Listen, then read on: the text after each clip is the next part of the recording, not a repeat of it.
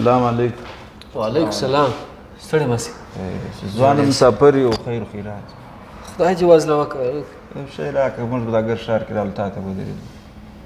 خدای دې ښه غټ سړی حاجي صاحب در ما ته تکړه دا بل هم ښه ځوان در سره دی ولي خواري ماري نه کاږي در ما تا ښه غوږ ونیسه ما سر در خلاصېدی ده ته مې د باندې وویل ما لږ دستي دغه درته وایي چې خواري ولې نه کاږي په دې زموږ هم سر خلاصېږي چې خواري وکاږو که فقر وکړو څه شی مه یې راکړه ډېر مه په عذابوه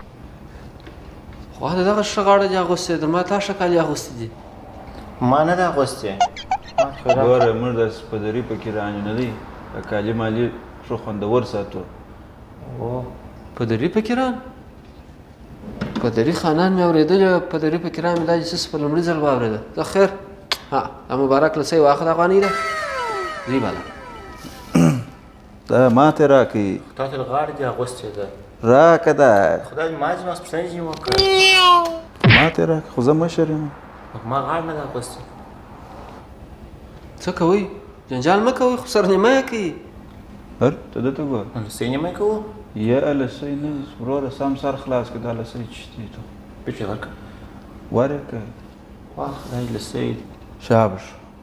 نرخ به نه خرابوي ښه دا لسۍ وشلۍ انته نور کې سم غټ پیسې جنیا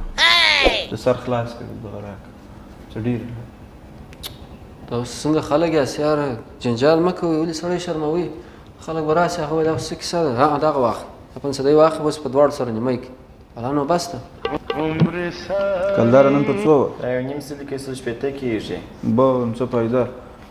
ته یاره سم سر خلاص کړه دا چې دواړه ده ته ورکړه د ده ښه نه پکېږي زما خو ودرېږه زما خو بیخي کار خراب دی یاره داسې وکړه یو 300 افغانۍ پر نفر راکړه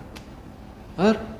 خو ته چې روزانې ته راغلي یاست چې 300 افغانۍ پر نفر غواړي خو د کلدارو پنسدۍ مې درکړي خلک ونې 15 افغانۍ فقیر ته ورکوي ما لا بیا هم ښه در سره وکړه 500 کلدار مې درکړي یا وروره خپل نرخ نه خرابوو یا مې خرابوه نرخ دغه صحیح ګوره ځوان اول خو موږ داسې ما درته ویل چې کمزوري پکې را نه وي موږ خپل نرخ لرو 300 350 افغانۍ پر نفر غواړو کرایه راکړه یعنې کور دې ودان کلدارې خو بیخي نه غواړو دلته یې بسته راته کښېږدی مې نه غواړو ارځه وروره دا مازې خلکو بې عزتي کوي ووځئ ووځئ وروره څه سیله بانډا زړه غواړي ښه پکې ران نه یاست